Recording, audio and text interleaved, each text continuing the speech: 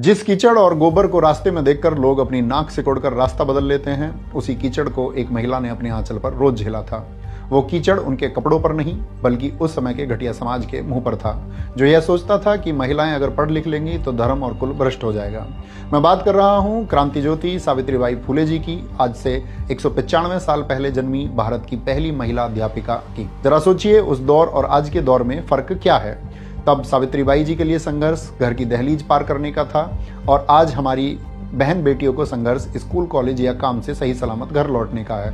तब सावित्रीबाई जी ने जिन पत्थरों का सामना किया था, वो पत्थर आज तानों, छेड़खानी और घरेलू हिंसा में बदल गए हैं। फर्क सिर्फ इतना है कि तब दुश्मन वो अनपढ़ थे जो कीचड़ फेंकते थे, और आज दुश्मन वो पढ़े लिखे जाहिल हैं जो हाथ में डिग्री लेकर भी औरतों को सिर्फ उपभोग की वस्तु या घरेलू गुलाम समझते हैं। सावित्रीबाई जी ने 1848 में अपनी सहयोगी फातिमा शेख जी के साथ, जो भारत की पहली मुस्लिम शिक्षिका थी, पुणे महाराष्ट्र में महिलाओं के लिए पहला स्कूल खोलकर लड़ाई लड़ी थी कि बेटियां किताब पकड़ सकें।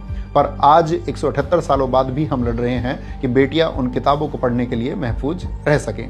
नेशनल क्राइम रिकॉर्ड्स ब्यूरो यानी एनसीआरबी के आंकड़े कहते हैं कि साल 2023 में पूरे भारत में महिलाओं के खिलाफ 4,48,211 मामले दर्ज किए गए, जिनमें से रेप के मामले 29,670, दहेज हत्या के मामले 6,156, महिलाओं के अपहरण के 88,605 मामले, और इनमें सबसे चौंकाने वाली बात यह है कि घरेलू हिंसा यानी पति और रिश्तेदारों द्वारा महिलाओं पर किए गए क्रूर अपराधों की संख्या 1,33,676 है, जो कुल अपराधों का लगभग 30% है। जब रक्षक ही भक्षक बन जाए तो फिर सुरक्षा की उम्मीद किससे की जाएगी। वर्ल्ड इकोनॉमिक फोरम की ग्लोबल जेंडर गैप रिपोर्ट 2025 कहती है कि हम 148 देशों की लिस्ट में 131वें नंबर पर हैं। हम सूडान और पाकिस्तान जैसी कतार में खड़े हैं। क्या यही विश्व गुरु की पहचान है? हमारे यहाँ महिला सुरक्षित महसूस करना तो दूर, अपनी मर्जी के कपड़े पहनने या अपनी मर्जी से कहीं आने जाने और शादी करने के लिए भी समाज से परमिशन मांगती है। यही वो खाई है जिसमें सावित्रीबाई जी का सपना कहीं दब गया है। आज भारत की आबादी 140 करोड़ पार है, जिसमें लगभग आधी आबादी 48% से ज्यादा महिलाओं की है।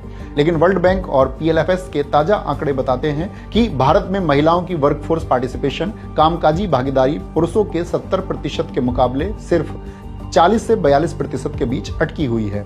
IMF इंटरनेशनल मॉनेटरी फंड कहता है, अगर भारत की महिलाएं पुरुषों के बराबर काम करें तो देश की जीडीपी में सीधा 27% का उछाल आ सकता है। हम नारी शक्ति के नारे लगाते हैं, लेकिन दुनिया के सबसे बड़े लोकतंत्र की संसद में आज भी महिलाओं की भागीदारी मात्र 13 to 14% है। गांव में आरक्षण मिला तो वहां प्रधानपति नाम की बीमारी लग गई, कुर्सी महिला की लेकिन हुक्म पति का। स्वामी विवेकानंद जी ने भी कहा था, जिस प्रकार एक पक्षी केवल एक पंख के सहारे नहीं उड़ सकता, उसी प्रकार दुनिया का कल्याण भी कोई संभावना नहीं है जब तक महिलाओं की स्थिति में सुधार ना हो। तो इस 3 जनवरी को सावित्रीबाई फुले जी को